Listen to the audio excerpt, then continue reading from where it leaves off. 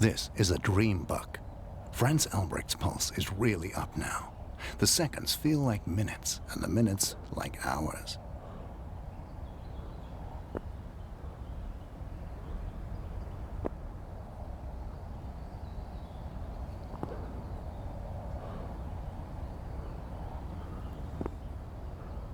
Franz Albrecht has stopped calling because he does not want the buck to get closer and detect him.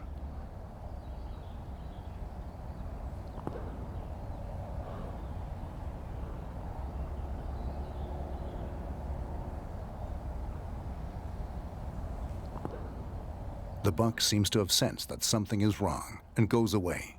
However, Franz Albrecht keeps his cool, although his heart is beating like never before.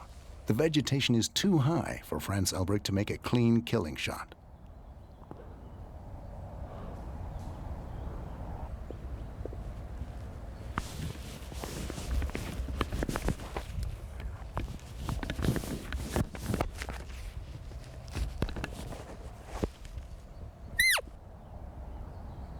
Franz Albrecht stops the buck again, but no, there is still no free line of fire.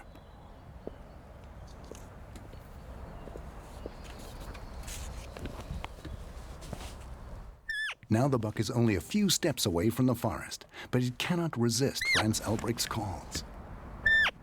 Franz Albrecht is still in contact with the buck.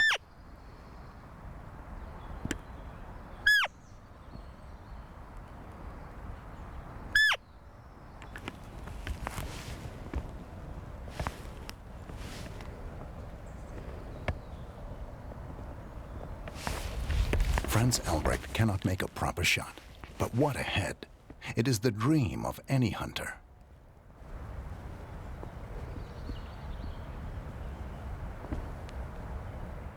Now the hunters can only hope that the wind does not swirl.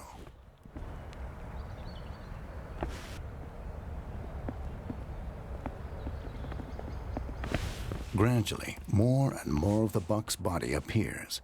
Now, Franz Albrecht must keep his cool.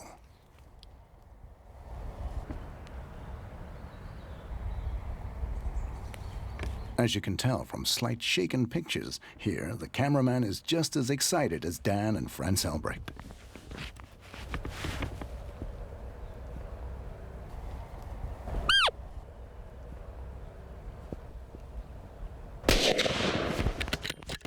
Well done, Franz Albrecht. A perfect shot.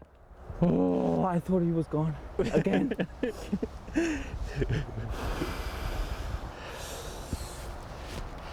Oh, he's thick at the bottom. He's a nice one. He's a nice one. Oh, Dad. This was the buck expert. We were going home for breakfast, and on the way to the car, he said, I have one more idea. And that's how we did it. And then we thought he would come from the forest, but he suddenly came over the horizon on our right, and we had to change the complete setup, the sticks, the camera, everything was completely in the wrong sides and directions. And then he was 30 meters away, but there was no shot, there was nothing we could do. And then he realized something is not quite right. Oof. Big buck. Big buck. Oh.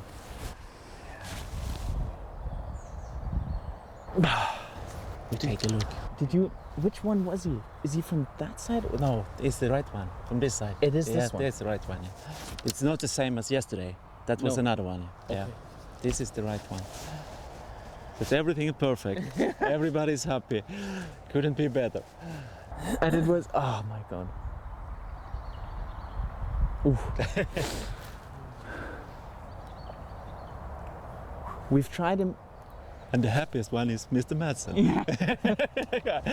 Are you shaking? I could see his hand when you...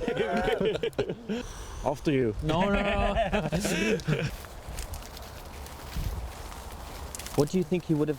Was he gone? He didn't really know what was going on, but no, he was not. He was into the forest. He was walking into the forest, and I hope he will stay just before. I was thinking maybe I can stop him just before he goes in. Yeah. So I see the whole body when you shoot. Yeah. Step and I had to take him a little bit up by the perfect. by perfect, the beginning of perfect. the neck because I couldn't see the shoulder. No. Ooh, look at him. It's always exciting to these last steps. Like Dan says, it is always a great moment, and the hunt for this buck was indescribably exciting.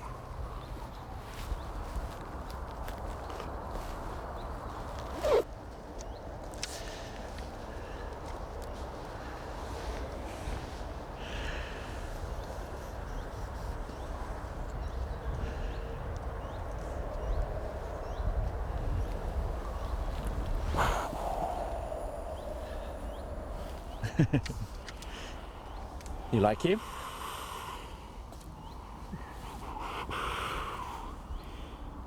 That's what you dream about. Yeah. That is what you dream about. It's a real old one. You have all the mass at the bottom. Yes. You have the cornets coming to the side. He's gone back from the top down. You can see he's been fighting. That's like the dream roebuck. How old do you think he is? I think 7, about 7, 6, 7. Years old. It's an old one. It's a real old one. In Sweden we say grattis. Grattis Frans. What do I say? Nothing. Yeah, thanks. Maybe. Thank you so much. This You're is welcome. by far the best buck I've ever shot. By far. Good. And I'm so he's actually bigger than what I thought. Yeah. The bottom nice. is just And 2 nice bucks in 2 hours. that's Shouldn't be better. And we have very bad weather coming in the afternoon. Yeah, that's right. Sweden could be my favorite country from now on. For the moment. My grandmother is a little bit Swedish, so Yeah. absolutely amazing. And we've been seeing 2 bucks which look a little bit alike in this area, and we didn't really know which one we saw in the last few days. But Dan just said that when he saw him coming, all he said was, "This is the one," and he was going back into his area, and we were lucky that we had some open field here before the forest, so we could stop him and get a clear shot. But he's like a dream roebuck. He really is. Look at that, man! And look at that. He has no teeth left in the front. Can you see that? He really is an old roebuck. When I heard that we were going to Sweden, I promise you, this is what I wished for. This is the buck I wished for. Okay. Good. The really old one gone back at the bottom. Oh, I'm so happy. The body is the same size as in Germany or in any other country, but it's just what's growing on top of the head that makes Sweden so special. I mean, Dan, you're the expert. If you don't let this buck get to this age, he doesn't look like this. And it's you look at them every year and you see how they evolve, Yeah. and then you decide to take them at the right time. That's right. I couldn't say it better myself.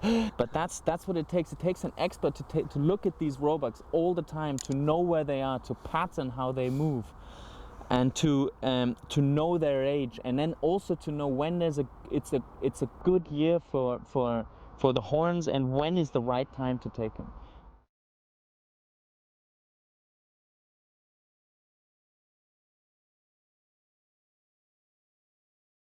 The 2 happy hunters, who both have a rare passion for roe deer, have had a fantastic morning. A dream has come true for Franz Albrecht, who has taken 2 really outstanding heads together with Dan Pearson. Varsågod. Frans Albrecht. Thank you so much.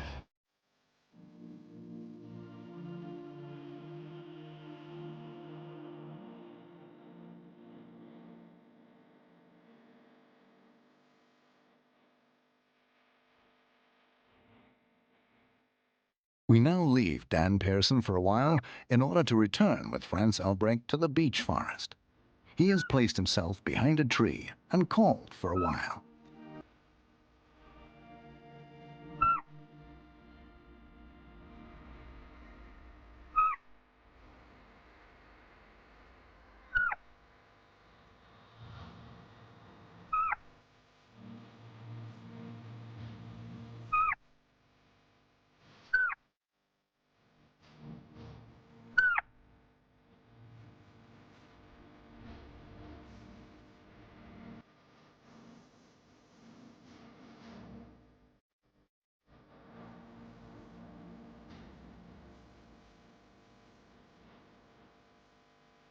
Suddenly, he seems to have seen something.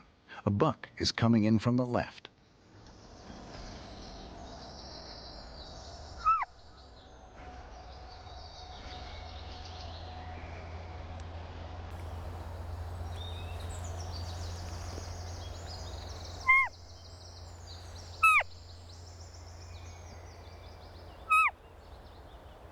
Franz Albrecht has already seen that the buck is young, and accordingly his sour rifle is left leaning against the tree.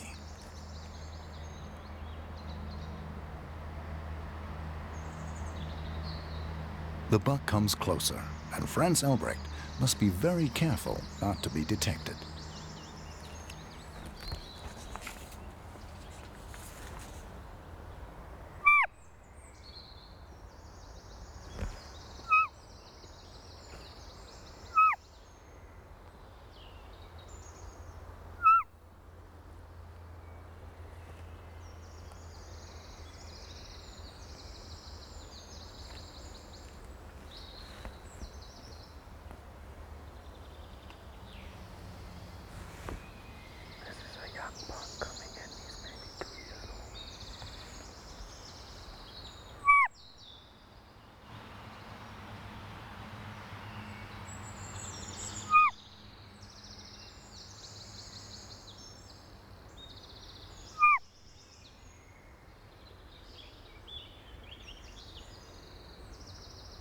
Although it is a young buck, it still takes a lot of practice to call it in this close.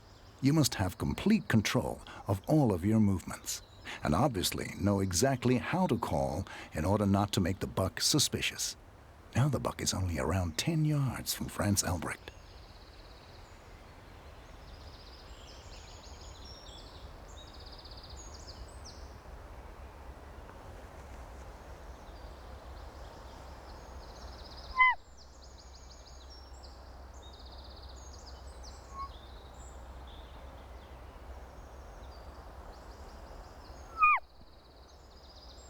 Franz Albrecht makes a break in order to allow the buck sufficient time to move off. Suddenly, and out of the blue, two chasing bucks appear, right in front of Franz Albrecht.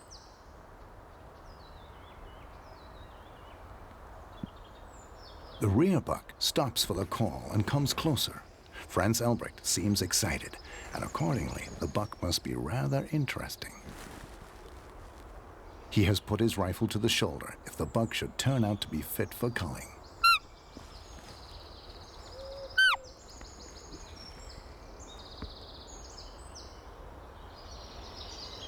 To call, estimate the buck's age, and shoot at the same time is difficult, but Franz Albrecht seems capable, and carefully he calls the buck closer and closer.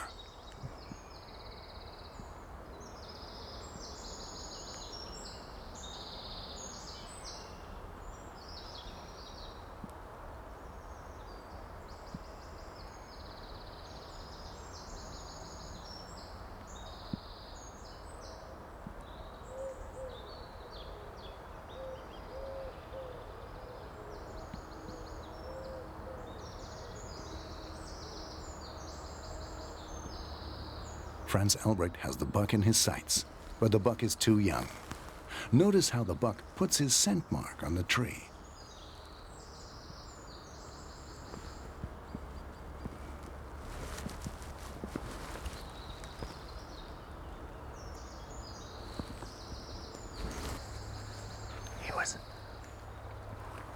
I think he could be close to being old enough. His coronets were very, very far down. But I think it's better if we give him one more year. I think his abnormality could be genetic. He's good mass at the bottom. He was maybe 4 meters away, 5 meters away. And he came back after he chased the first young one that came away. Very nice buck. Later the same morning, Franz Albrecht has found a new position in the beech forest. After about 20 minutes, a buck is lured in by Franz Albrecht's calls.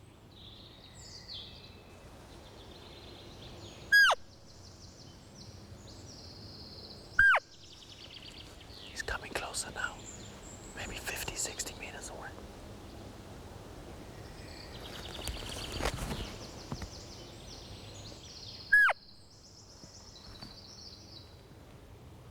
Slowly but surely, it comes closer.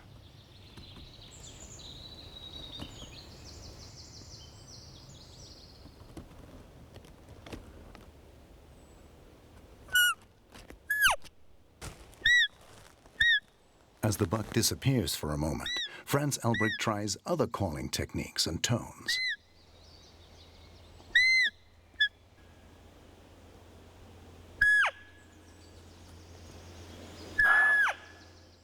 The buck barks, and normally one would think that the hunt is over, but Franz Elbricht quickly changes tactics.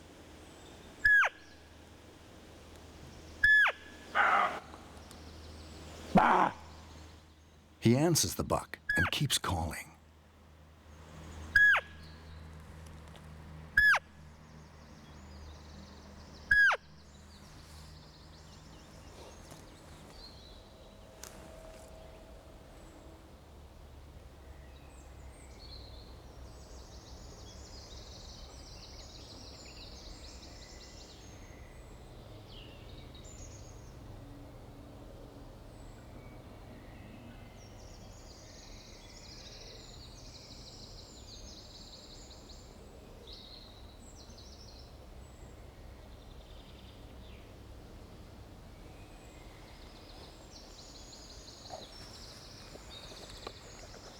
The buck is hidden in dense cover and keeps barking.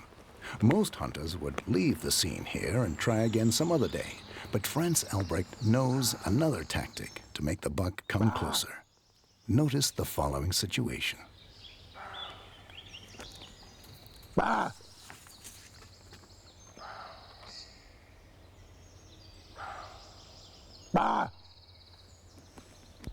Be ready, he might be coming back.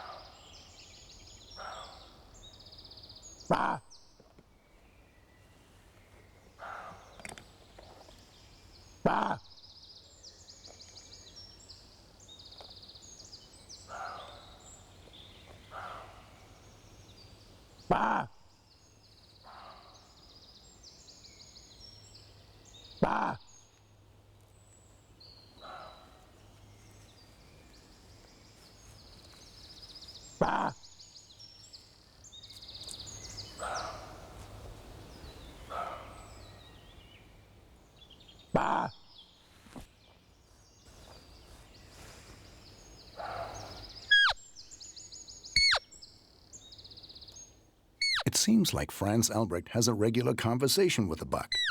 In addition, he changes his call and alters the tone to a much higher level than so far.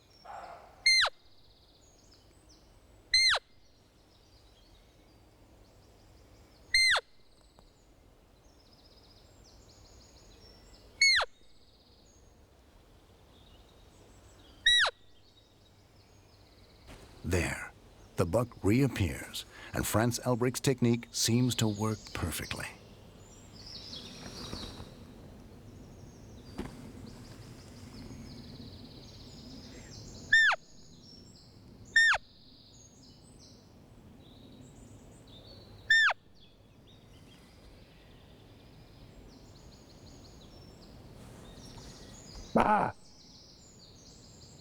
The buck has now calmed down and is coming closer.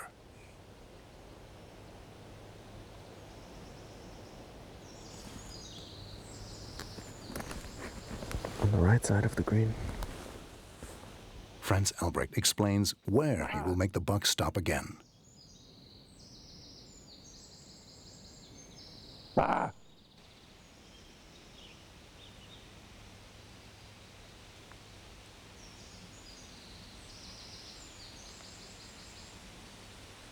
Yes, here it is perfectly placed.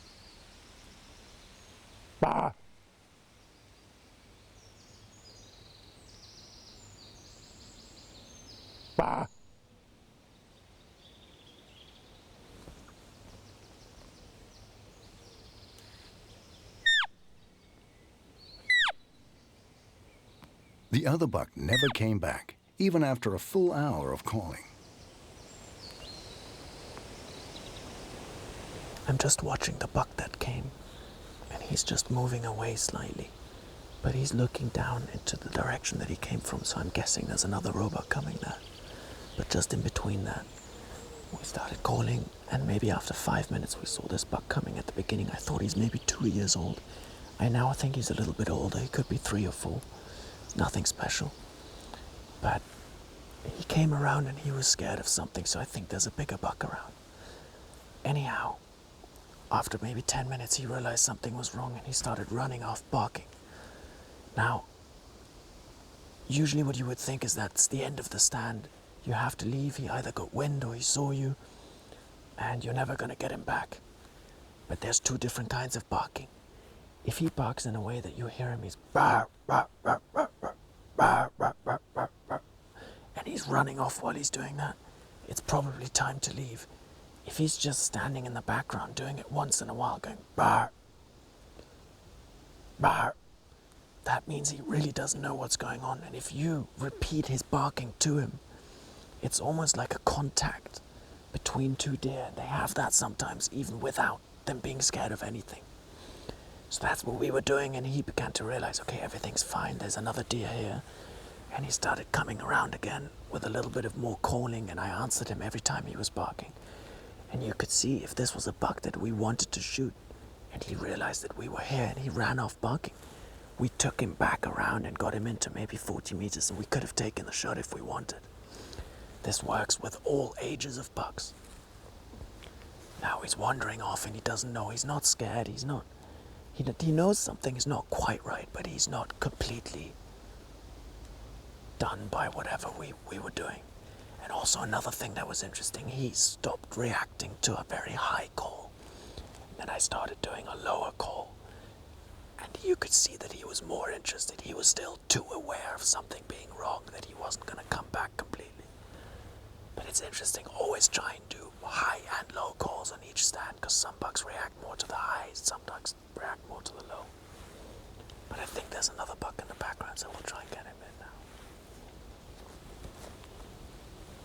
now. Next morning, Franz Albrecht is calling by a field, and after a few calls, a fawn comes very close.